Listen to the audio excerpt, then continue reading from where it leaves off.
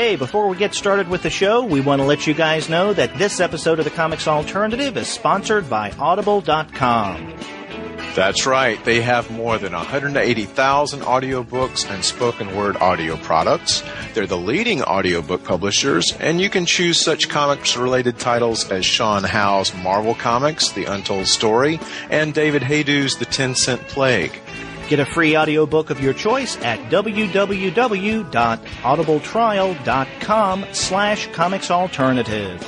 That's audibletrial.com/comicsalternative and get started today.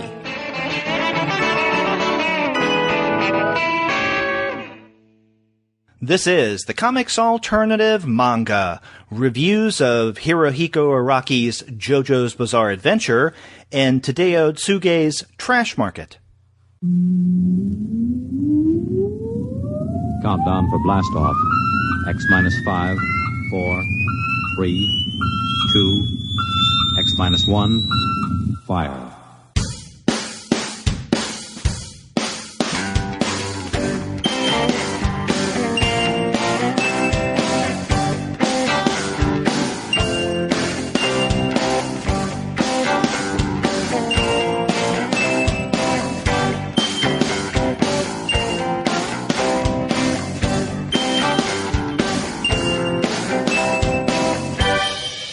Hello and welcome to another episode of the Comics Alternative Manga. I'm Derek. And I'm Shea. And we are two guys talking about manga. And I didn't do the two guys with PhDs thing this time, Shea. You learn not to shame me. Oh, no, it's not so much that. It's just I just get into a routine where it almost becomes a reflex, some kind of reaction of that sort, Pavlovian response, if you will. And on this month's show of the manga program, we're going to be discussing two titles. First, we're going to be looking at the recent releases from Viz Media, JoJo's Bizarre Adventure, Phantom Blood, Part 1, Books 1 and 2. This is from Hirohiko Araki. And then we're going to be discussing Trash Market, Tadao Tsuge's book that has been released from Drawn and Quarterly. But before we get to those titles, we want to let all of our listeners know that this episode of the Comics Alternative Manga is brought to you by the good folks at Discount Comic Book Service. Go to their website, dcbservice.com, for all of your comics pre-ordering needs. There you will find all DC, Marvel, Image, and Dark Horse titles at 40% off of the cover price if you pre-order. For all of the other publishers, you'll find that those discounts are going to be for 20 to 35% off cover price. And every single month, you're going to find some incredible specials, and June is no exception. Sometimes those specials are at 45% off cover price, sometimes at 50% off cover price, and many times the discounts are more impressive than that. Yeah, this month you can get a couple manga books like Tsubasa by Clamp, which, really popular creator. At 30% off, you can get the manga adaptation of Phoenix Wright at 30% off, and you can get Hiro Mashima's Fairy Tale at 30% off. So if you want some manga, go to DCBS. That's right. And, we're at the very, very end of June. But that's okay, because Discount Comic Book Service does not mind late orders. And I should know, because I often place my orders late.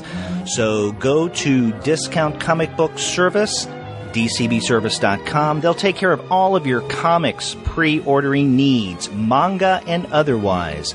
And after you do get your comics there, please be sure to drop them a line and tell them that Shea and I sent you. So, Shea, how have things been going since our last manga episode? Oh, they've been going. Been reading some manga. Been reading the books we got to talk about today, which were, we were talking about before the episode. And, JoJo's Bizarre Adventure in particular, I really enjoyed. It was really exciting. So things have been going good for me in terms of comics. What about you? Yeah, definitely reading, of course, what we're going to be discussing today, but doing a lot of other reading. And, of course, most of my other reading is for other episodes of the podcast or preparing for interviews. So there's that. But, a big thing that came up recently, as you well know, is that I went down to Charlotte, North Carolina for Heroes Con about a week and a half ago. So that was great. And in fact, joining me there were both Andy Wolverton and Andy Kunka. We had a table at the con. It was the first time we ever tabled at a convention, and it turned out really well. We had a great time. Like I told you last time we spoke about comics, I'm kind of knee deep in reading these kind of really boring medieval medical texts. So I haven't gotten a chance to listen to those episodes. But once I'm done doing all that boring paperwork, I look forward to listening to all that. Yeah, I know you're doing that for your class right now, for your summer class. So yeah, it's just about done. So that's kind of limited the comics I've had the time to read. But once that's done, I'll catch up on the podcast, and I'll catch up on my reading. Yeah. In fact, we had a good time talking with a lot of different creators in Artist Alley, so you can listen to those interview shows. Yeah, like I said, I definitely look forward to it. It'll be my reward. Yeah, that's what I'd like to think of the comics alternative. A reward.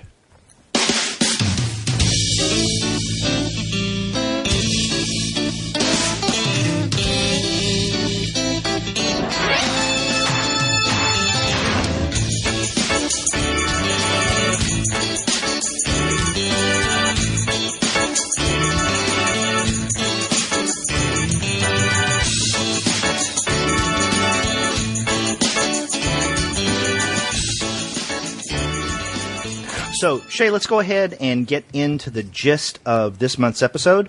All right. And we're going to start with the books from Hirohiko Araki, and that is JoJo's Bizarre Adventure Phantom Blood, which is the first part of this long and still ongoing saga. Mm-hmm. Now, we should point out that whereas we're going to be discussing the two relatively new volumes that came out not too long ago, in fact, the first book in this, I guess, new edition came out back in February, and then the second one came out last month in May. Mm-hmm. But even though these are new editions, JoJo's Bizarre Adventure has been published by Viz Media for quite some time. So these are not brand new books, but we're talking about new editions. Yeah, one of the things actually that you mentioned, the fact that these are new editions.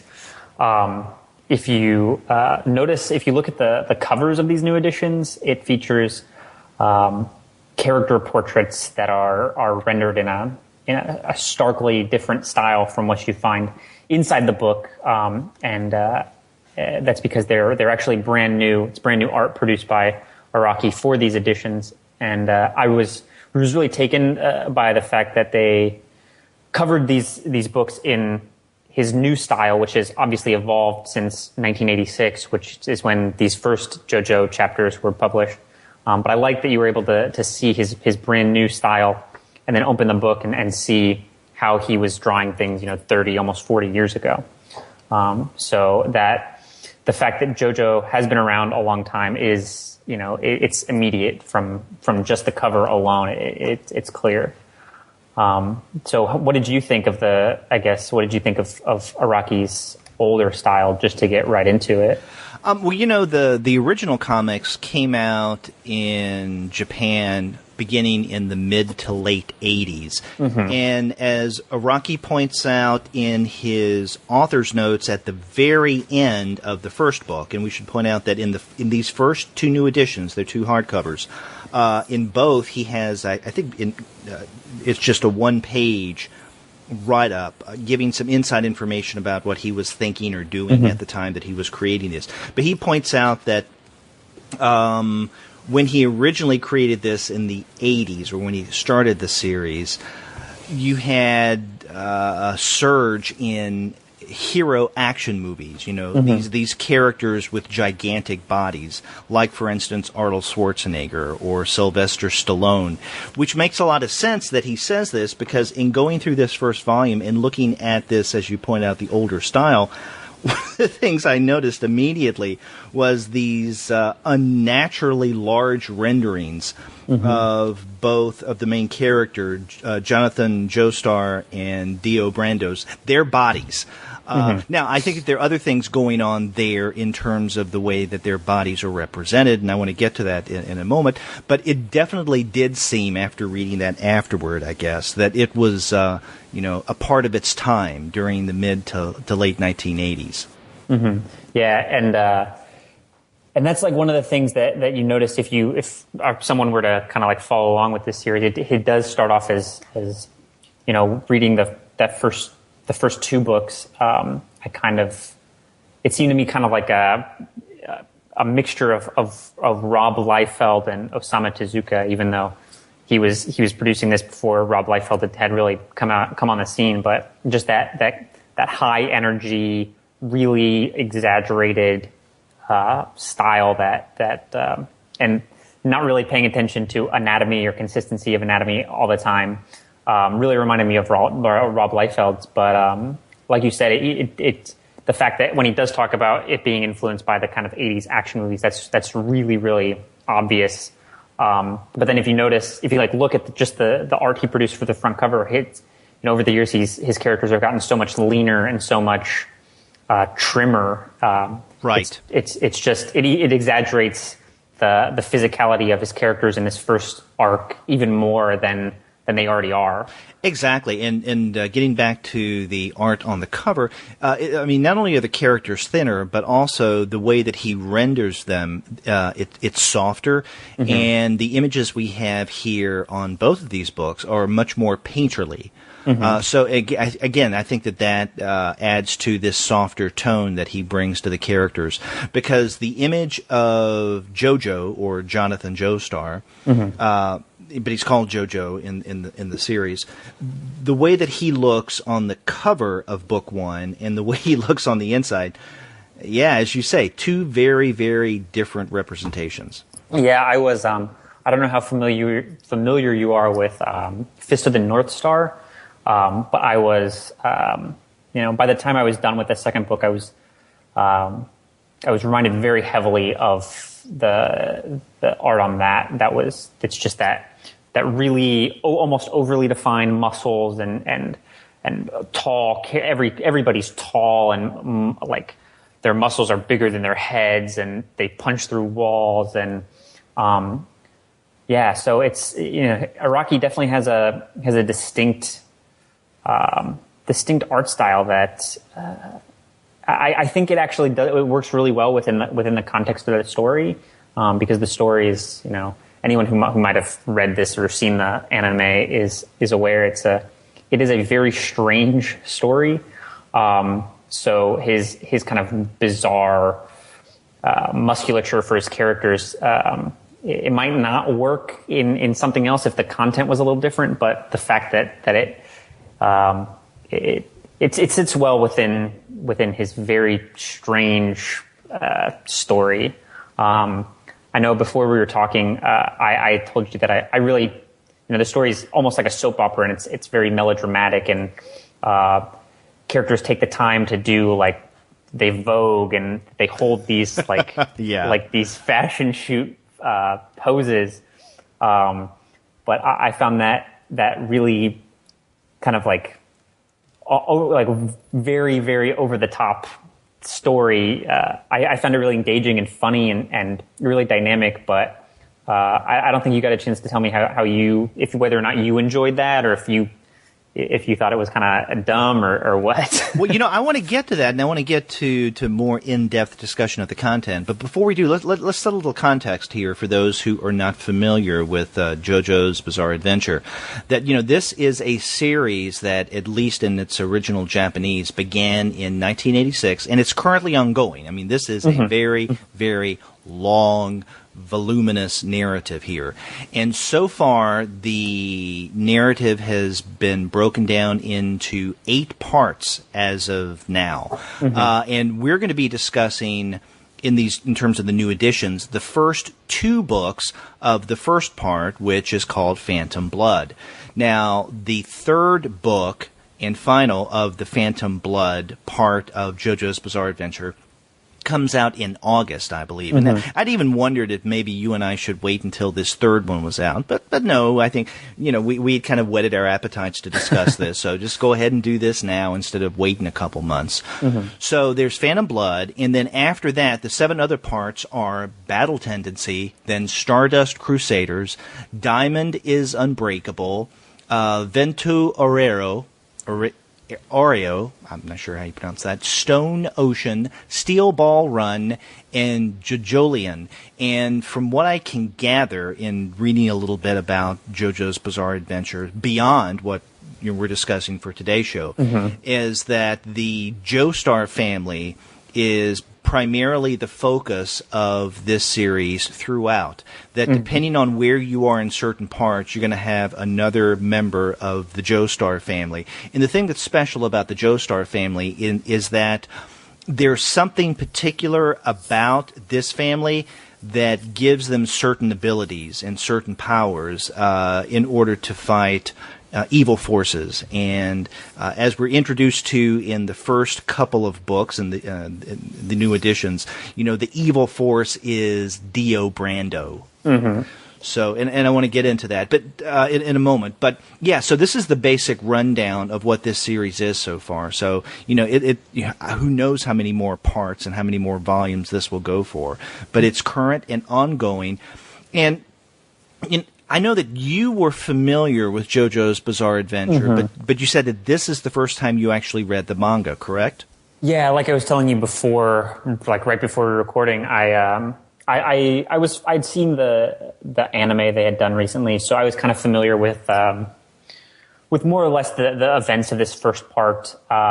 So nothing was really a surprise, but it was interesting getting to read it, and I think I actually like as close as the anime is to the manga, and it is very, very, they stick pretty closely, and even in terms of how they render characters, it's very close to how Araki draws them. But I think Araki's work works much better in comic form. I think he's a great storyteller. I think he's got a great sense of dynamism. So yeah, I was familiar with basically everything that we read before I read it. But I did like it a little bit more in this medium than in the one I had previously experienced it. Well, see, the first time I heard of JoJo's Bizarre Adventure was actually Free Comic Book Day. If you remember, Viz's Free Comic Book Day offering was actually part of this first book of JoJo's Bizarre Adventure Part 1, Phantom Blood. And in fact, on the cover of that Free Comic Book Day issue, it's the same cover as the first book, the new edition of JoJo's Bizarre Adventure. So I thought, what is this? And then I said something to my daughter Zoe, who knows a lot more about manga, or at least popular manga, than I do, and she said, oh yeah, I've heard of that. Now, she hasn't read it, but she and her friends, or maybe through her friends, has heard about that.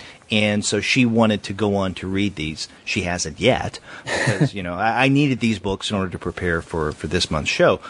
But it's something that she was aware of, but yet she hasn't read yet. And I'm wondering, in the United States, how well known this series is when compared to something such as Bleach, which is all over the place, or even Fruits Basket. I would argue that it's probably the most mainstream thing we've talked about on the show so far, other than maybe Akira. And I think whatever popularity it does have is down to the fact that you can watch. The anime is incredibly popular on Crunchyroll, which is how most people who watch anime regularly or who are big in anime, they get it because they can get it so quickly from its original air date in Japan, and they can watch an unlimited amount of it. It's like a Netflix type subscription service. So I think whatever popularity it does have is down to that. But I don't think the popularity between JoJo's and Bleach is really comparable. Bleach is definitely on a level that it's almost peerless in terms of popularity right now, other than I guess maybe One Piece or.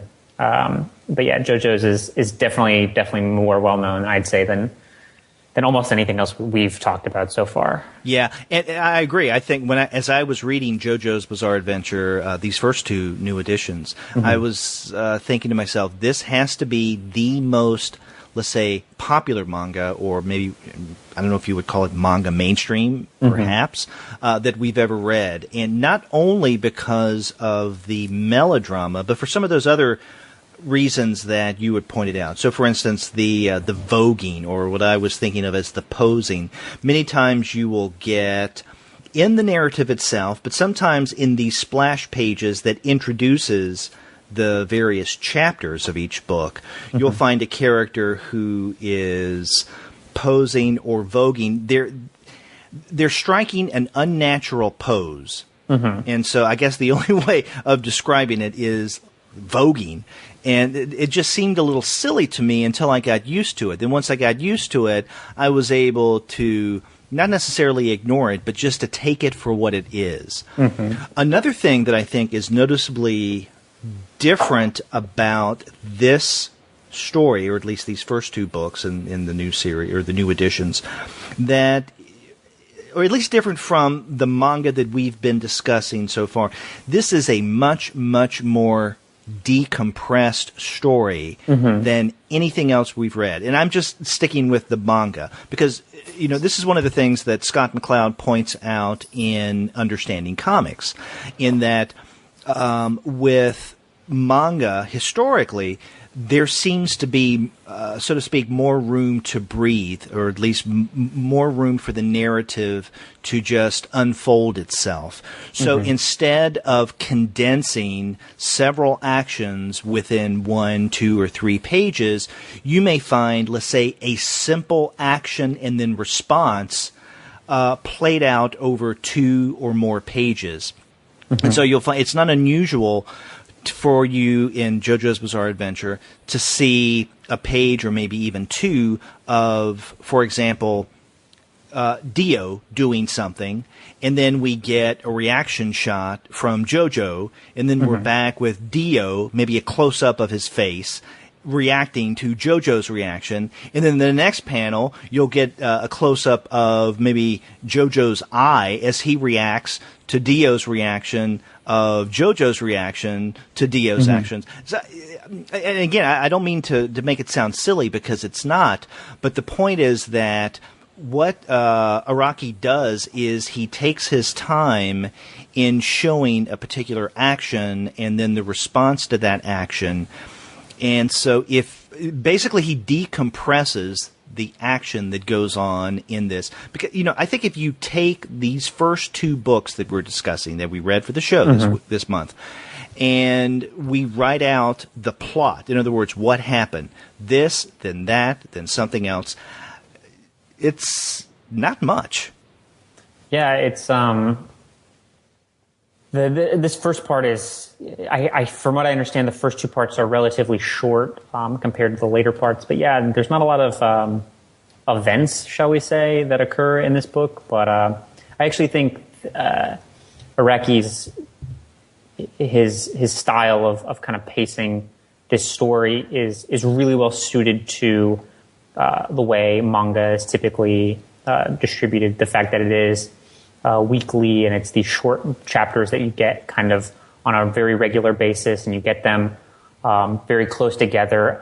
We talked about it being really melodramatic, and it is, and it's very much like a soap opera in that way. And, yes, soap opera. That's a great way of describing this. But soap operas are only sustainable because you get a new episode every single day. So if you had to have like a long, like in American comics, we wait a month between serial issues. I don't think his story would work that well if people had to wait a month between these. But the fact that he's able to turn them out and to get them to people so quickly, so often, so frequently, I think that it's a really good match for this kind of over emotional, melodramatic kind of storytelling that not just in those little moments like you were talking about, where he kind of teases out moments across a whole page instead of one or two panels, or across a couple pages, but even the things we actually see happen in the story, in an American comic, it just wouldn't. No one would keep coming back for that because of the way it's being released. No one would come back for like that melodrama, but because it's released so frequently, it's like a soap opera. People are willing to come back every day if they can get another episode the next day. So I think you're absolutely right when you talk about the way he paces those moments, and it's a very slow way to pace it, but I think it's really well suited to the way manga is produced and distributed. Oh, exactly. And again, as you say, this is probably the most how do I put this? Traditional. This is the best example of traditional manga. In other words, manga that is put out in this short serial form. To anything we've looked at before. I think the closest thing we've discussed is Akira, but even that was a much more contained story at any particular place in the narrative than JoJo's Bizarre Adventure. Yeah, JoJo's is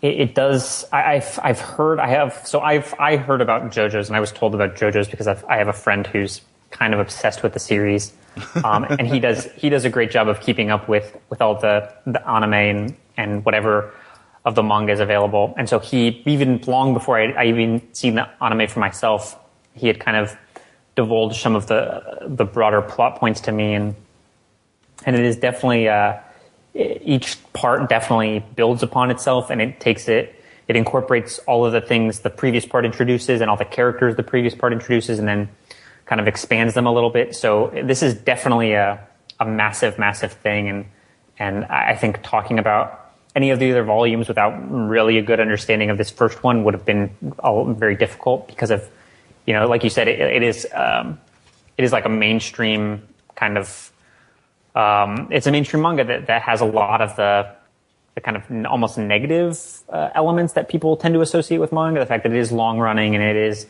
like a soap opera, and there's all this continuity and things like that. That's absolutely true of this series, and it just gets, like you talk about this series being weird, and I've been told the origin of the stone masks from this volume, and it's even more insane than what we find out about it in this first series. Yeah, well, you mentioned this, so let's give a little background for those who are unfamiliar with JoJo's Bizarre Adventure, and by no means am I going to get into a lot of detail about the action in these first two books from, again, the new editions here. But I just want to go over the premise. So at the very beginning of this first book, we're introduced to this strange stone mask, which, as we learn in the opening pages, are part of some strange Incan ritual, and we're not exactly sure what this mask is supposed to do, why it's there. We do know that it has something to do with human sacrifice. We do know that when blood gets on the mask, it reacts, that it feeds off of this human blood and does certain strange things. Okay, so after those first few pages of what in essence is a prologue, then we're introduced to the main characters, or at least eventually we're introduced to them. First Dio and then JoJo. So the backstory of Dio and JoJo meeting one another is that years ago, soon after JoJo was born, JoJo's father and mother were coming back from actually getting this mask. They're a very wealthy family, so apparently JoJo's father, was acquiring these antiques. He didn't even know what it was or what it was worth. And his wagon has an accident, and this takes place in the American West in the 1880s, I think it is? No, it's the English. I'm sorry. English. You're right. English, but it's the 1880s. Yeah. 18. I'm sorry, I said American. I was incorrect there. You're right. It takes place in the UK. So I guess I thought of that just because of the wagon. The setting at first led me to think that this is the American West, which it wasn't. So anyway, the wagon overturns. JoJo's mother is killed, and then the father is close to death. But then Dio's father, who is not a very attractive character, he's a bit of a thief, to say the least. Mm-hmm. He's going to rob this rich man in his wagon because he thinks that, the guy's dead.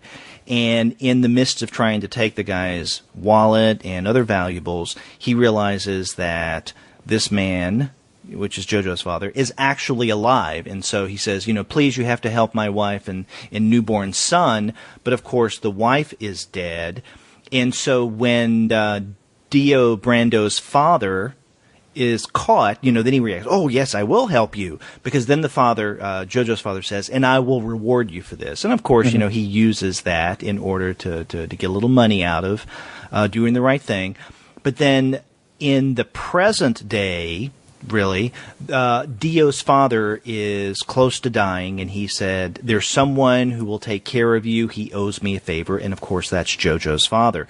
Mm-hmm. So then Dio's father, right before he dies, he sends a letter to JoJo's father saying, could you please take care of my son? In essence, what happens is that Dio goes to the Joestar family mansion. The father eventually adopts Dio, and then Dio and JoJo become rivals. And so this is a very classic, let's say, black and white, dark and light relationship between Dio and JoJo. And as you may expect, JoJo being, the titular character is the hero. So he is the good guy. He's the one who initially is the innocent, who doesn't understand that people can be potentially evil and, like Dio, and use others in ways to suit their own purposes. Dio, there's almost nothing redeeming about his character. And so when I say that this is kind of a light, dark, good, evil dynamic that we have going here, I underscore that because there's everything good, it seems, about JoJo and almost everything bad about Dio. And that kind of dichotomy plays out throughout the rest of the first book and then into the second. So that's the setup that we have. And then by the time we get to the last half of this first book and then into the second, we have JoJo and Dio have grown into young adulthood. The rivalry's still there, but then the dynamic between the two starts to take strange twists.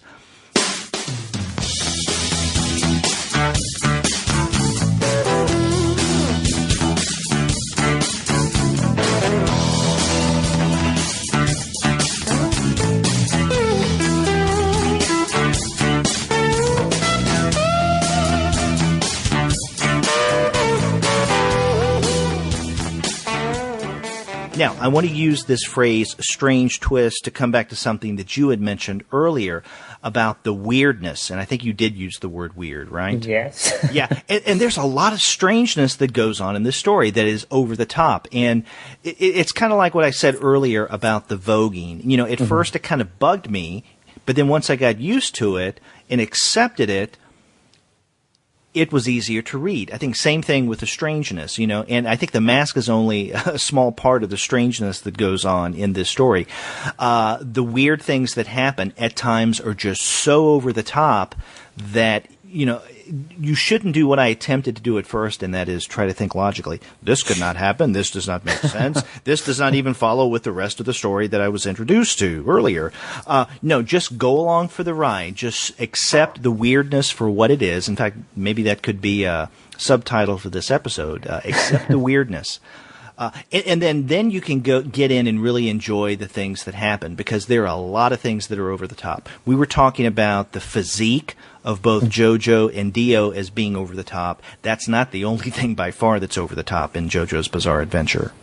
No, and you mentioned that kind of abrupt shift, towards the end of the book, and I had the friend who kind of first introduced me to JoJo's Bizarre Adventure. He described this first part as it begins as Sense and Sensibility, and then it becomes like Dracula, and it's he's not terribly wrong there. It does take it seems kind of like a quaint story about a sibling rivalry in the English countryside, and then it becomes this kind of very gory, just very, very bloody and gross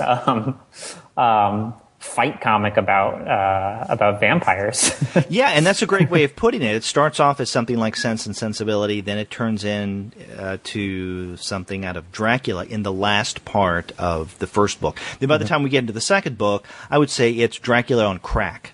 Mm-hmm. Yeah, it's the second part is gross. I mean, Jack the Ripper becomes a vampire who crawls inside horses. That section where, this is about halfway, maybe a little more than halfway through the second book, where they're going to, what is this town called? I can't recall the name of the town either. It's a medieval town. Yeah. It's Wind something, maybe? Windhaven, or? Yeah, it's something similar to that. Like Nighthaven, something like that. And so they're going through this tunnel in order to get there. And the thing about the tunnel, and they're doing this in daytime. Now, because there is something vampiric about this condition that Dio, and then later on Jack the Ripper and others seem to inhabit, daylight is not good for them, right? So they lose their power. They can even die. But when JoJo and others, and we'll get to those in a second, are going through this tunnel, it blocks out the sunlight, and so that's when strangeness happens. The horses that are a part of their carriage, the two horses, both of their heads just kind of pop off, and then out of one of the head, a vampire Jack the Ripper appears. And again, it's just so weird and over the top. It's like, how the hell does that happen? Well, you don't need to know. It just happens. Yeah, it's really upsetting when that... a man crawling out of the stump neck of a horse that's just been decapitated isn't the most horrifying, violence against animals in this comic. I was really bothered by in the first book the things that Dio does to Danny, JoJo's dog. And so yeah, readers, if you don't like violence against dogs, this is not the comic for you. Oh, exactly. Oh, it's Win Knight's Lot. That's the name of the town where this takes place. Yeah, and, actually, when we see this strangeness, where vampire Jack the Ripper comes out of a horse's head, at this point, we're introduced to Zappelli. Will Antonio Zappelli. And, in fact, he doesn't become a part of JoJo's Bizarre Adventure until this second book. And I don't know about you, but Zappelli is my favorite character. I like Zappelli. I like Speedwagon a little bit. Oh, yes. Unfortunately, in this, for some reason in this translation, you don't get his full name, which is Ario Speedwagon.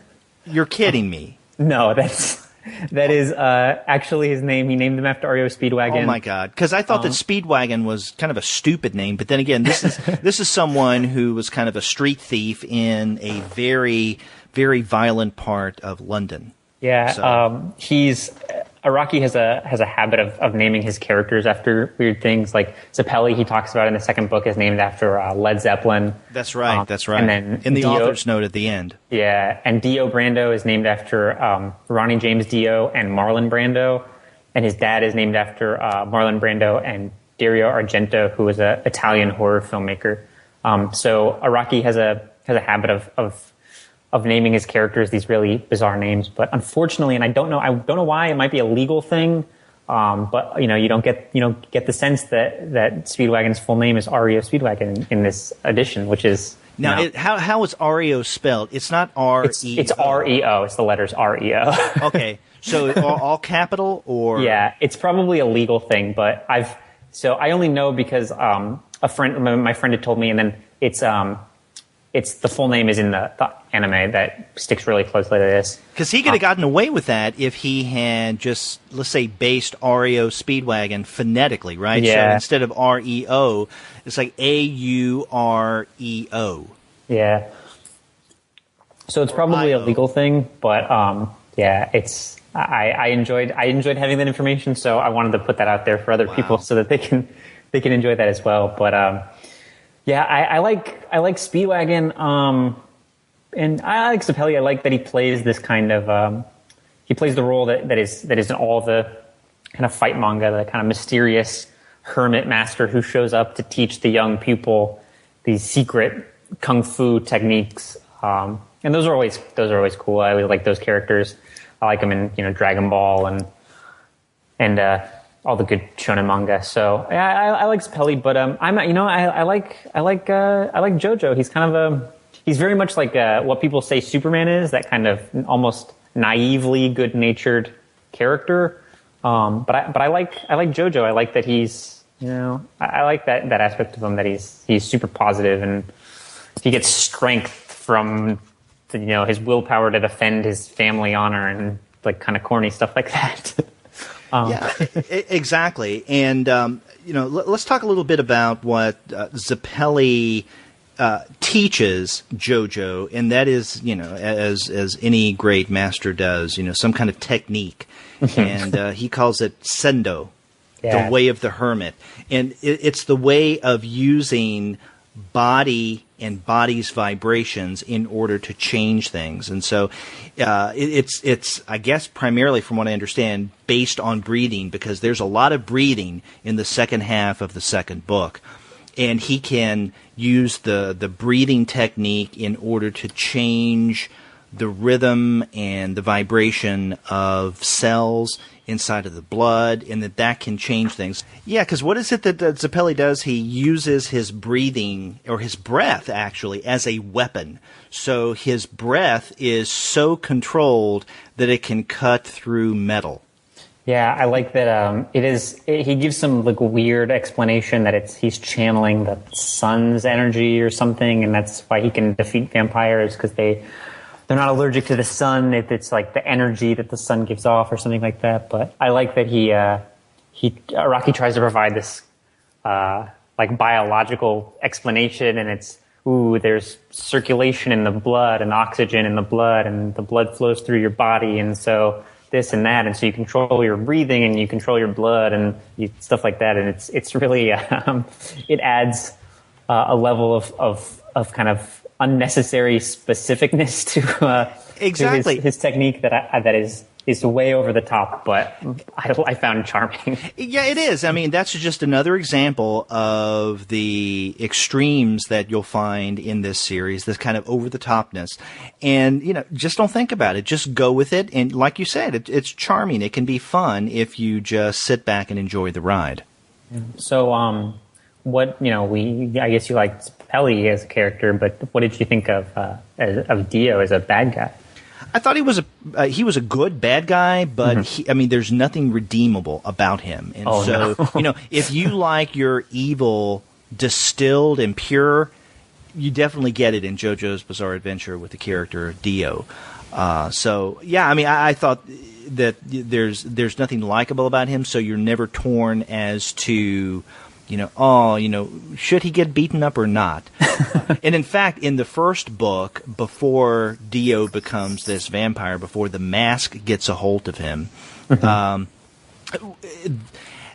Dio keeps doing all of these things to shame and ultimately distance JoJo from his family and friends, to the point that it's like, okay, JoJo, come on, you're being a little too nice here. I mean, that was starting to annoy me. But then eventually JoJo got his groove back, I guess, and started to fight back. And so I thought, in that first book, about halfway through, when he starts to fight back, it's about damn time.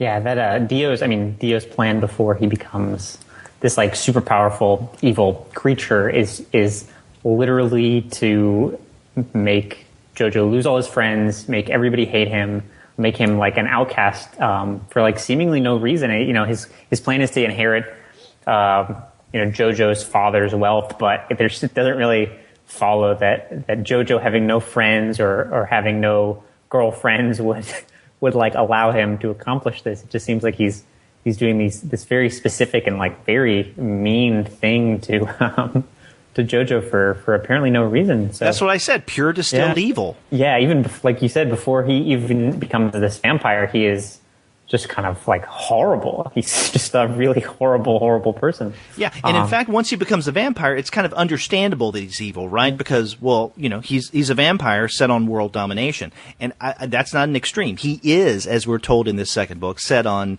nothing short of world domination. Mm-hmm. So, I mean, you could say, well, yeah, but he's evil because he's a vampire, so that makes sense. But in the early part of the book, before the mask transforms Dio, there's really no reason for him to be that nasty, to that irredeemable. And so I think that's what makes him such a despicable character, because there's no way of explaining it away outside of, well, he was born evil. Yeah, I mean, in this first arc, Araki his characters don't have a whole lot of nuance. They're like just not. literal embodiments of all that is evil and all that is good, and they are in conflict. In the second, the JoJo's son in the second arc is a little more complicated. He's not as nice as Jonathan Joestar. He's kind of a jerk, kind of a rude kid. So Araki does eventually make his characters a little more complicated than simply extraordinarily evil and extraordinarily good. But yeah, certainly in this first arc, it's very much a black and white kind of thing that we're given. And that's what you've discerned from watching the anime? Yeah, I've seen a couple episodes of the second part. Not much, but enough to get a good grasp of the second JoJo. Yeah. Well, I want to come back briefly to one of the earliest examples of the extreme or over-the-topness of JoJo's Bizarre Adventure, and that is the physique of the characters, specifically of JoJo and then Dio. I mean, part of it is a little ridiculous, right? You see these gigantic arms, but and it does underscore this kind of 1980s action movie, body over the top kind of cultural phenomena that we saw with a lot of action movies at the time. On the other hand, I read that as kind of an exaggeration, kind of almost a manga-specific exaggeration of physique in order to make a particular point or to underscore a certain action. It's very similar in kind to the action lines that we see, not only during physical action, but also many times with emotional action, right? Where a character may look at something and we see the action lines in manga that directs our attention to that thing that they're noticing or looking at or becoming aware of. With physical action, when they're moving or jumping or hitting someone, we definitely see the kind of heavy action lines that really underscore the action that they're completing at that point. I think that the oversized physique, the arms that all of a sudden seem strangely unnaturally large as it's hitting someone, or the legs as they're kicking someone. It's just there to emphasize the point that, hey, he's hitting someone really hard. How do you know that? Well, because this arm all of a sudden just grew 3 sizes bigger than it normally is, and then after the action, it's back to normal size. So again, that's kind of one of these over-the-top extreme examples that we find in the style of Araki, but I saw it there for a purpose. So it wasn't just to play into, let's say, again, 1980s, big-bodied action movie heroes, but that he's exaggerating the physique for other reasons as well. That, I certainly think it has a lot to do with where Araki was as an artist at the time. Like, this is the kind of thing that he was interested in drawing, or this is the way in which he was interested in drawing, and obviously we've seen that style kind of evolve and get trimmer and slim down. So I don't know if he was necessarily drawing in this style to exaggerate those movements. But you're right. I do think the exaggerated muscles, or the fact that, like you said, when characters punch one another, their arms or fists or knees or legs become even more exaggerated, or even just the way that part of the body is inked is outlined more heavily with thicker lines to draw the eye more readily to that limb.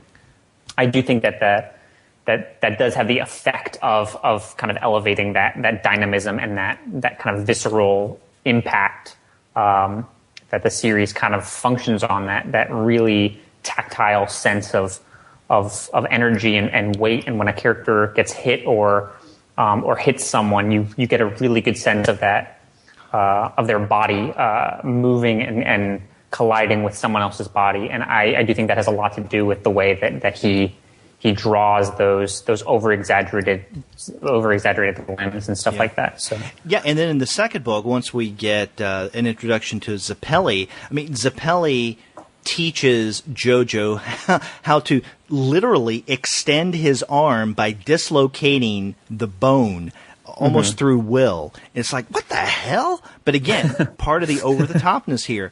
Okay. Yeah, this is a book where Zeppeli, the first scene we see Zeppeli is he punches JoJo in the gut, and he heals JoJo's like compound fracture arm that's been like broken in a number of places, and JoJo's nurse / girlfriend is like, oh, that's not supposed to heal for another 2 months.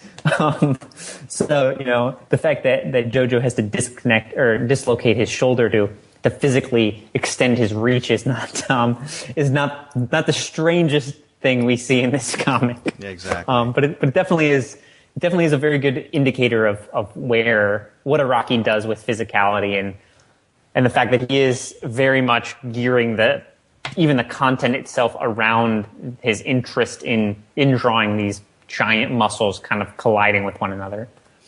Yeah, definitely something you should just accept it for what it is and enjoy it. Yeah, like I said, I enjoyed it. I enjoyed the melodrama. I ripped through those 2 books, really quickly. They're really engaging and they're a lot of fun, but they're certainly weird, and you have to accept it, or it's just going to grate against your brain. Again, embrace the weirdness. Yeah. Now, are you going to go on and continue to embrace the weirdness with the subsequent volumes in this new edition? I got 2/3 of it. I read 2/3 of this first arc. So yeah, and I liked them enough that I will probably continue reading it.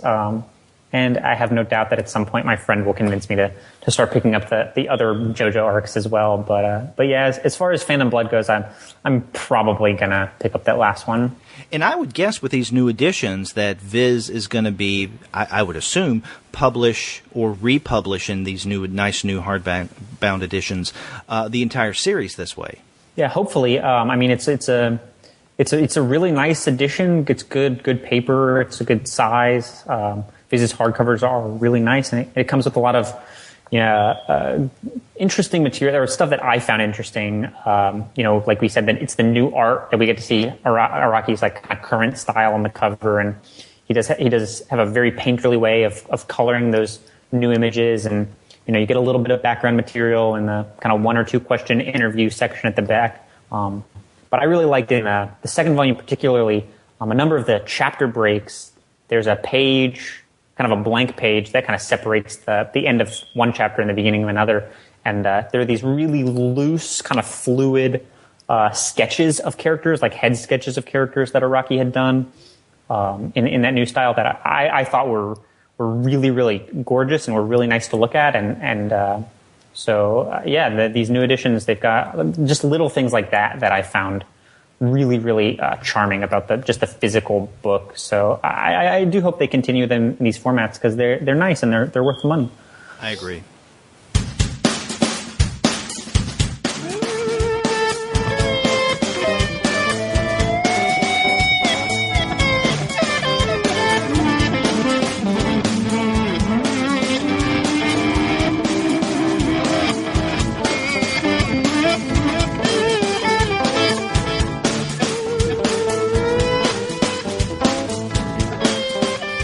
Well, we were talking about the weirdness of JoJo's Bizarre Adventure.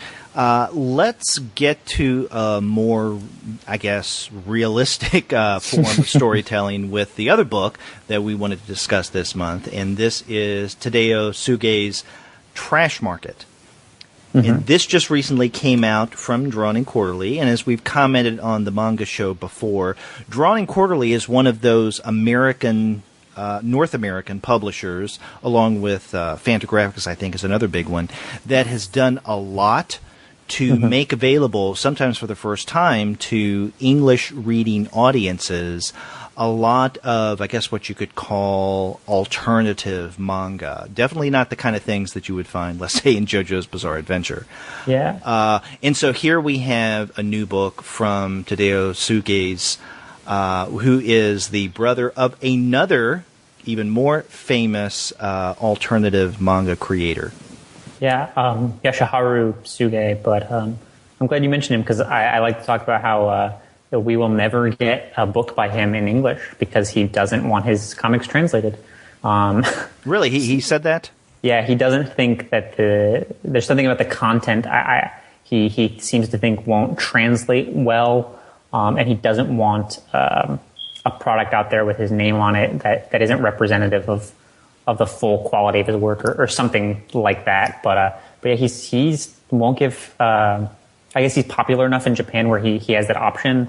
Unlike people like his brother and other cartoonists who worked for Garo in the late '60s and early '70s. But yeah, he just doesn't want English versions of his work. And there's been no English version. As far as I know, I think maybe one of his short stories, I think Screw Style, might have been translated 15, 20 years ago in an anthology or something like that. But as far as I know, that would be the full extent of English translations of his work. And Yoshiharu Tsuge is still alive, correct? I believe so, but I'm not 100% sure. I'd have to go double check on that. Because I would see a publisher like Drawn and Quarterly just chomping at the bit to want to publish this stuff in English. Yeah, there's certainly, if there's demand for a Tadao Tsuge book who is without a doubt less well known than his brother, there's probably a market for Yoshiharu Tsuge, but who knows, maybe that'll be an option if he's, if his estate is willing to play ball, if he passes, but yeah, I guess he's like really hard and fast on this, not wanting English translations. I think you can get his work in other languages other than Japanese, but from what I understand, and I could be totally wrong about this, I could be misremembering, but I think he just doesn't want English versions for some reason. Well, let's transition from talking about Yoshiharu to the author at hand here, Tadao, the brother. And, so we do have his work here, Trash Market, that we're discussing. And you pointed out that Tadao is just not as well known by far. And Tadao even mentions this in one of the pieces we have toward the back of Trash Market. Now, Trash Market is divided into 6, I believe, individual stories, shorter comic stories. And then in the last part of the book, we get a piece that's called the Tadao Tsuge Review, which is parts of essays that he wrote between 1994 and 1997. And then finally there is a portrait of the artist as a working man by the editor and translator of this volume, and that is Ryan Holmberg. Now, what Tadao Tsuge says in the Tadao Tsuge Review is he understands he's not that famous, he doesn't have the popularity of his brother or even other manga artists, especially those who worked for Garo in the 60s and 70s. And he talks a lot in the review about the various day jobs that he takes or has taken throughout his life in order to make ends meet. And these could be things as, they're basically mundane for the most part, outside of his cartooning work, kind of mundane tasks. He's worked in restaurants. He had, prepared food. Most notoriously, I guess, when he was very young, he worked at a blood processing center. Basically, it's a place where, people would go to sell their blood. What would they call that? Ooze for booze? Yeah, it's the kind of blood bank we see in the titular Trash Market story. Exactly. I wanted to get to those stories because if you read the Tadao Tsuge Review, where he talks about his own life, you can see where some of the stories that you've previously read, where a lot of that is coming from. But Tadao, again, he is, as the translator points out, he definitely is a working class artist. He's not someone who, let's say, glamorizes or romanticizes the laborer, the working class. He's someone who writes about it realistically because he's lived it. So he has no agenda other than a more realistic representation of what the people of this class, of the working class, of the day laborer, have had to go through. Even the people who are down and out, who don't have jobs or won't get jobs. In fact, many of the characters in these 6 various stories are down and out, poor, kind of bums in places, families who can't make ends meet.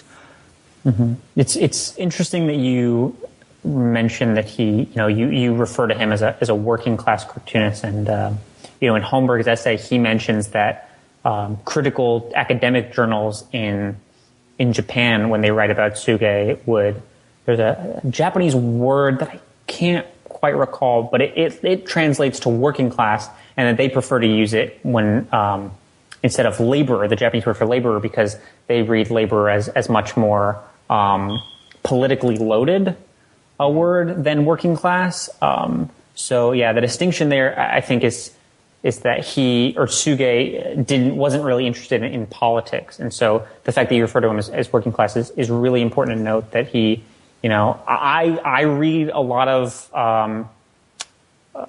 politics into his stories, but according to him, that wasn't his intent, and I wasn't sure. Did you find that your reading wasn't really in line with maybe what he intended, or did you kind of see these as apolitical, kind of obtuse stories, like he maybe thought they were? Or I thought of them as more apolitical than politically tinged, although one could definitely find politics there.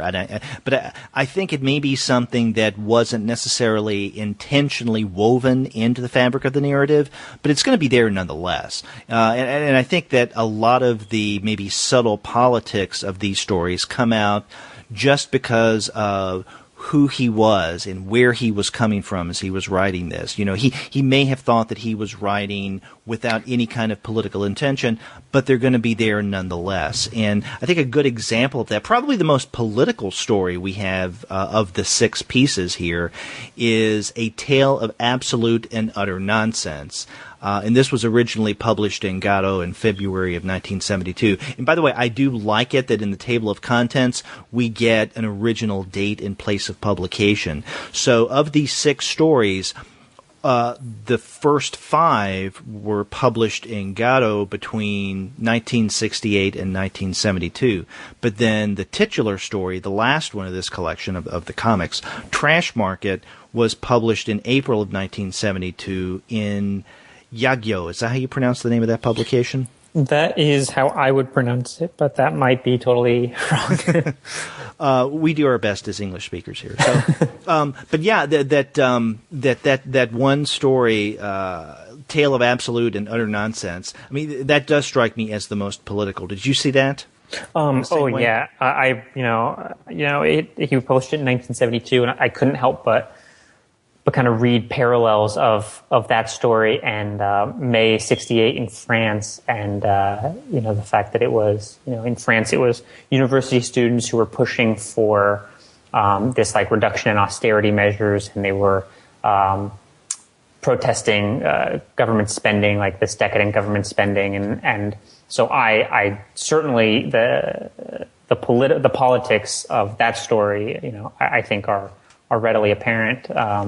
But yeah, I in my mind, I drew parallels between that and then specifically May '68 in France because of how close they occurred to one another. And I thought maybe Tsuge might have been influenced by the events in France or something like that. But yeah, that story jumped out at me. But also the first story in the collection, Up on the Hilltop, Vincent van Gogh, the narrator's friend is a student who's voicing many of the same complaints that the students, the protesters in A Tale of Absolute and Utter Nonsense are. So I read kind of the same sorts of politics into that story as well. But I'm willing to admit that I might be just projecting on that one. Yeah. I don't know. Did you find that was as apolitical as maybe some of the other stories, or did you find that was that character did kind of resonate with you a little more after having read the Tale of Absolute and Utter Nonsense. Well, you mean the character of the friend? Yeah, I think his name is Goro, if I'm remembering correctly. Yeah, I didn't even think of it in those terms. But I want to get back to, A Tale of Absolute and Utter Nonsense compared to these other stories, Up on the Hilltop, Vincent van Gogh, as well as the others. In that, I do like A Tale of Absolute and Utter Nonsense, and even though Tsuge may not have intended that to be overtly political, I do think it's the most political. I like it, but not just because it's the most political. It's the story of the six that I liked the least. And I think because the vast majority of that comic is basically a series of headshots with basically panels where you have one character after another. Not just headshots, but I guess from their torso up as in dialogue. So one will say something and another will reply back. So it's a back and forth, and it has all to do with the political situation, about them attending a protest and whatnot, which is fine. Again, I like this story overall, but it just seemed the least crafted. And maybe you disagree with me here of the six that we have in this collection. I enjoyed it the least, even though I did like it. What I liked about the other five were that they were more, and I hesitate to use this phrase because I think it may be kind of an easy way out of describing the story, a slice of life. But I think in many cases, these stories are something like a slice of life. For instance, I think Song of Showa is a good example of that. And I think same thing with Trash Market as well, where you get a representation of a particular community or class of people, or let's say in the case of Song of Showa, a family, and they're going through what they go through every day. We may think of it as dramatic, we may think of it as out of the ordinary, and that it stands out in a certain way, but it's everyday life for these people. And it ends as, let's say, undramatic as it begins. It's like we're given a glimpse of their life, then we're taken out of their life. There's no real conclusion. There's no neat, tied-up ending. It just kind of ends, just as real life does.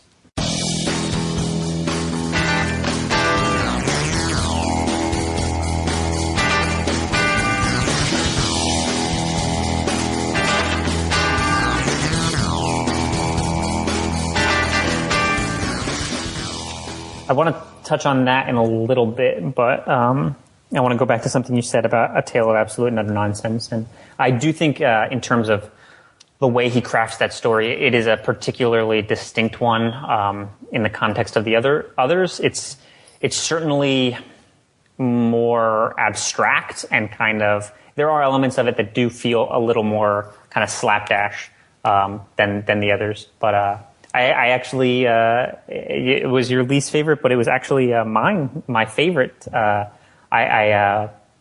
absolutely right. He does focus a lot. It's a very dialogue heavy story, and there's a lot of shots, the kind of like static shots of characters from the torso up and stuff like that. But just the way he draws that story, I found really particularly engaging. Just the aesthetics of those kind of black and white, they're almost like kind of blobs and these just kind of like roving globs of ink with little white dots for eyes. There's just something about that, the way he draws that story, that I found really engaging. I thought it was really similar to some of the Saichi Hayashi stories from Golden Pollen, the book Picture Box put out a couple years ago. And just that really very stripped down, minimal, abstract, and a very violent comic. There's something compelling about that very stark ink, like just opaque black ink against a white background that I found just visually engaging. But you're absolutely right when you describe the construction of the story. It's very, very different from the others.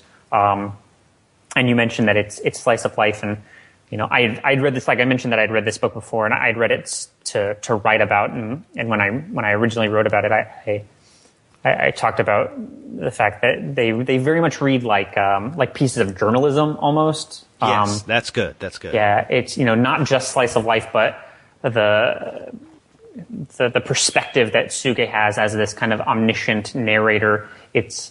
There's a noticeable distance from his subjects, and it's not the way he paces pages and the way he paces his stories and frames his characters and stuff like that. It's not overly emotional. It's almost unaffected. It allows you to kind of have the emotional reaction, like whatever emotional reaction you're going to have, but it doesn't seem to manipulate you in any real overt way. In terms of, this image is supposed to make you feel like this. It simply presents things how they are, how Tsuge observed them, almost. Exactly. If he's relaying them to someone else, and you're forced to kind of make up your own emotional conclusions from that. But he doesn't seem to lead you in any particular direction. And so I noticed that a lot. It's you described it as slice of life, and it is the content of what he is very much in the vein of American slice of life comics. But there's just something about the way he presents that information that he goes a step beyond simply slice of life. It's very distant. It's very almost cold in the way he presents it. It is, and it's very different from, I guess, another kind of, if we want to still use that term, slice of life, a slice of life American artist, and that's Harvey Pekar. With Pekar, I mean, there may be some detachment, but there's ultimately some kind of authorial direction of some sort, right? Because Pekar is writing about himself and his own experience in a much more overt way. So there's more immediacy there in terms of us latching on to something of how we're supposed to feel about a character or a situation. But with Tsuge, you're right, it's a very, very detached, cold, even distant godlike representation of these events, and I really do appreciate that kind of storytelling. And you mentioned a lack of emotional manipulation. When you said that, I thought, well, yes, because in this way, Tsuge is the anti-Spielberg. I'm just not a fan of Steven Spielberg, and one of the reasons why I really don't like most of his movies, or at least a lot of his movies, is that he is so obvious at how he attempts to pull the heartstrings, and especially when it comes to a kind of maudlin approach to the way that understanding the way that humans interact. Tsuge completely pulls back and leaves it up to us as readers or viewers to make our own judgment. He's not manipulating us, at least overtly, at all.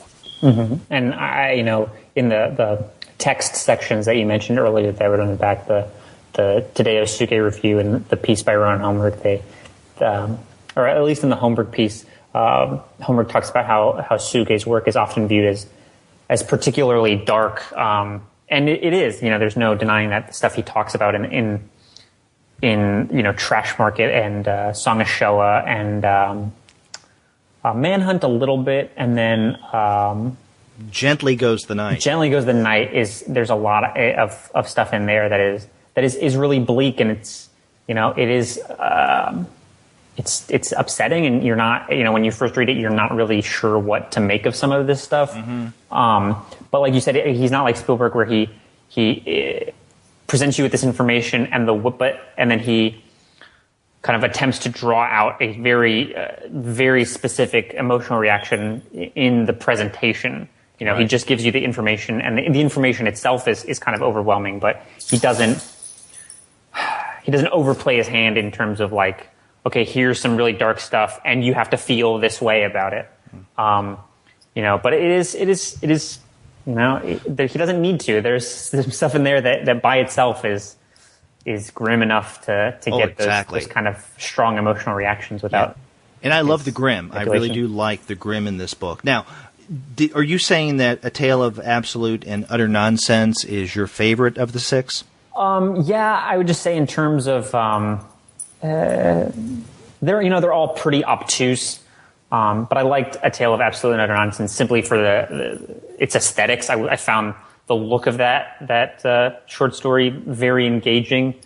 and just for whatever reason that it just made it more compelling for me than any of the other stories.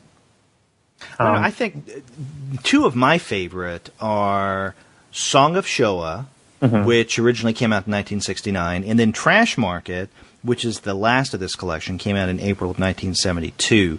I like Song of Showa, and I like it even more after reading the Tadao Tsuge review at the end, because then I realized, this in many ways is based on his own life. So even though he's not writing an outwardly autobiographical narrative, it seems to be based largely on his own experiences growing up. And so I came to appreciate it even more. And I think because it ends in such an ambiguous and abrupt way, I like those kind of narratives. So it's a form of storytelling in comics that is much more like some of the best short. I think if I can talk, it's like the best short story writing in prose. And there are not many short story comic artists who can do something like this. I know one of my favorites of North American artists is Joe Ullman. I think he is a master in terms of comics short stories. And in reading Tsuge's Trash Market, I kept thinking, hey, in some ways this is a lot like Joe Ullman, or maybe Joe Ullman is a lot like Tsuge. In fact, I ought to email Joe, because I interviewed him a few months ago. I ought to email him and say, hey, are you familiar with the short pieces from Tadao Tsuge? I like that kind of story that you just go into a situation, you're introduced to a life, and that it ends kind of seemingly abruptly, and you're wondering, hey, is there a page missing? Am I missing out on how this story ties up? Yeah, I think his other stories, they have similar endings where it is. And that's, speaks to, how I talked about it as almost a journalistic type of storytelling. It's very much, it's not a clean cut beginning, middle, and end narrative. It's very much just a simple presentation of things that you would find in real life, and they're organized as such. So I did find that aspect of his stories enjoyable as well. The fact that they kind of just end and abruptly like that. I like that as well. Yeah, and I tell of the two, that I said are my favorites, Song of Showa and Trash Market. If I had to decide, it would have to be Trash Market, because I think that in terms of story and character, it's the most complex of all the stories here, especially given the fact that you have such a, relatively speaking, large cast of characters. And granted, some of these characters have very small roles and are almost stereotypical. But I think the ending, and I don't want to give anything away here, even though, again, this is one of those stories that kind of just ends, and so there's no neat, tied-up conclusion here. But where you have the guy what he's called the lieutenant, and the woman that is basically, she said she'll about do anything to get some money in order to survive. When we see them walking away at the end after what they had previously been doing, there's something really touching about that, and it talks about the complexity of character of these two figures, especially with the lieutenant, because when we're first introduced to him, we're thinking, okay, this is a guy, he's older, he's a bit of a pervert. In fact, the younger guys call him the old pervert. And they like to hear his sex stories, right? So, but then we see a side of him after being with this woman that we didn't see before. And so I like that depth of character, especially at the end of the story Trash Market. But I that has to be my favorite. If I had to pick one favorite of this collection, it'd have to be Trash Market. Yeah, I know. I like Trash Market quite a bit too, and you talk about that last kind of scene, and Trash Market's definitely a story that, and what is the one? Why do I keep? That's the one I can't forget. Gently Goes the Night. Yeah. Gently Goes the Night. I keep forgetting that story's name, but Trash Market and Gently Goes the Night are the two that I find myself kind of thinking about the most, just in terms of what I'm supposed to take from those stories. It's not immediately clear, and so Tsuge does construct these narratives that, and it is kind of heightened by that abrupt in both of those cases, but the notes they kind of exit on are, you don't know immediately what to make of those, and so I am still kind of turning over what everything in that last scene of Trash Market is supposed to mean, or if it's supposed to mean anything at all. What's the significance? In the first reading I didn't notice, but I noticed in this one the burns on the woman's shoulder, and is there specific significance to that, and what does it mean, and how does it play into the way the lieutenant reacts to her when he sees her and stuff like that. So there's definitely a lot in that last couple of pages that I'm still kind of turning over in my head. But yeah, I liked Trash Market quite a bit. What did you think of Manhunt, though? That's one we haven't talked about much. Yeah, I like Manhunt, and it seems to me that this, along with the other one that we discussed, A Tale of Absolute and Utter Nonsense, that these are the two stories in this collection that seem to be the most anchored to their time. Mm-hmm. Because in Manhunt, we have, and I think you may have talked to me about this at some point, or maybe I'm imagining this, a phenomena of what they call the disappearing person. Mm-hmm. I don't think I've mentioned that to you. Huh. I've heard it somewhere else then. Or maybe I dreamt it. Who knows? and Shea, if I'm dreaming of things that you tell me, we ought to reassess this, podcast relationship here. That kind of freaks me out. But no, I'm just communing on the spirit plane. maybe that's it. Okay. So in that way, it's maybe more similar to JoJo's Bizarre Adventure, to bring it all back around. But no, I mean, there's something about this where apparently a lot of people were just getting up, leaving their day-to-day lives with their jobs and their family and disappearing, doing something else, going on an adventure, and no one knowing where they went. And though this seems, at least I gather from Manhunt, that this is some kind of phenomenon going on in Japan, because we have journalists who are wanting to make a story of this, and they want to feed in on this phenomena, right? They want to see what they can do to bring it to print. And so they're talking with this guy who just came back from, I guess, his own walkabout, where he just disappeared because, he fell in love with a train. Mm-hmm. And he wanted to, go see a train because he thinks that they're beautiful. And then he ends up meeting this I guess she a stripper or dancer. Yeah. I assume she was a stripper based on what we see of her. Yeah. And then just wanting to meet her and, holding out for something with her, which I guess ultimately never happens. But yeah, that was a strange story, but very different from, let's say, Trash Market or Song of Showa. Mm-hmm. One thing I didn't pick up on when I actually read the story, but is kind of alluded to in the text material. And I was wondering if maybe you picked up on it at all when you were actually reading it. But when Ryan Holmberg talks about the story in his piece, he mentions, or he alludes to this idea that the journalists you mentioned are trying to convince, or able to convince this man that the time he spent kind of walking about in a fugue state almost, that he can't remember, they are able to convince him of these events that may not have actually occurred. And I didn't pick up on that when I was actually reading it, and I was curious if you understood that about the story, or if that's or if you noticed that at all. I don't know if I noticed the exact same thing that Holmberg mentioned in his Portrait of the Artist as a Working Man at the back of the book. But I did notice definitely that the journalists had their own agenda, that they were definitely guiding the man who had just come back from his disappearance. And because, he kept saying, well, I didn't see it that way, or I don't remember that happening, or, maybe you can tell me, but I it doesn't seem that way to me, what you guys just said.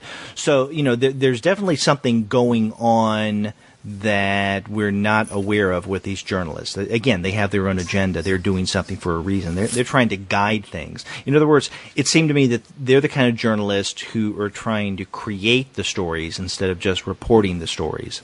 Mm-hmm. Yeah, they definitely reminded me of, in the way they act and also in the way Tsuge draws them, they reminded me of the characters in like Seijun Suzuki movies like Tokyo Drifter or Branded to Kill, these kind of like kind of very like cheap Yakuza movies from the 60s. yeah, there is definitely something about them that's definitely they have their own, like you said, they have their own agenda, and that's I think that's really clear. And I picked up on that a little bit, but yeah, I didn't understand what Homework was talking about. I didn't see that in the story at all, but so I was curious if I was just a bad reader or. Well, now before we leave Trash Market, what other Tadao Tsuge books or stories that do we have in English? I think this is the only one. I could be wrong about that, but as far as I know, this is the only one. Because he's someone whose work I would like to seek out more, but this may, as you say, may be the only translation in English that we have. Yeah, that's I think Holmberg is doing a really excellent job of editing and translating and writing essays about these books at places like D&Q, and he's doing them at like I think Conundrum Press Breakdown Press is they've done like a Saiji Hayashi one, and I think they're doing a Maki Sasaki book later this year. And so I don't know if he's going to be doing more Tsuge books, but I think he's doing an excellent job of translating these really obscure kind of avant-garde cartoonists from the 60s and 70s and doing a really good job providing historical context for their work for people to kind of get into it and understand. So yeah, I don't know if we can expect more Tsuge, but I would recommend anyone listening to this go kind of, if they're interested in manga or alternative manga, go pick up anything with Holmberg's name on it. Yeah. Well, good advice.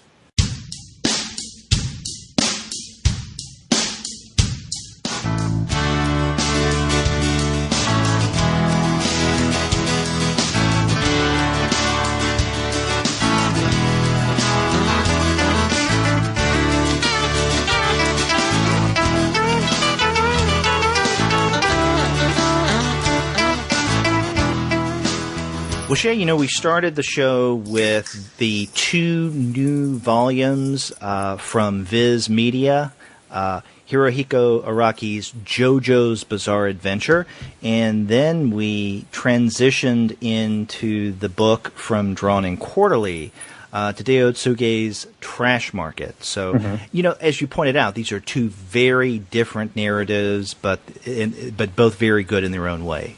Yeah, I found them, like you said, they are polar opposites, but I found them both really engaging and interesting in their own unique way. Yes.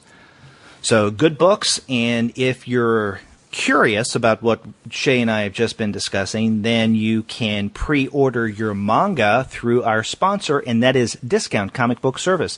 If you go to their website, dcbservice.com, you're going to find incredible specials. But if you're looking for a book that's already out, such as JoJo's Bizarre Adventure and Trash Market, you can visit the website of DCB Service's sister company, and that is In Stock Trades.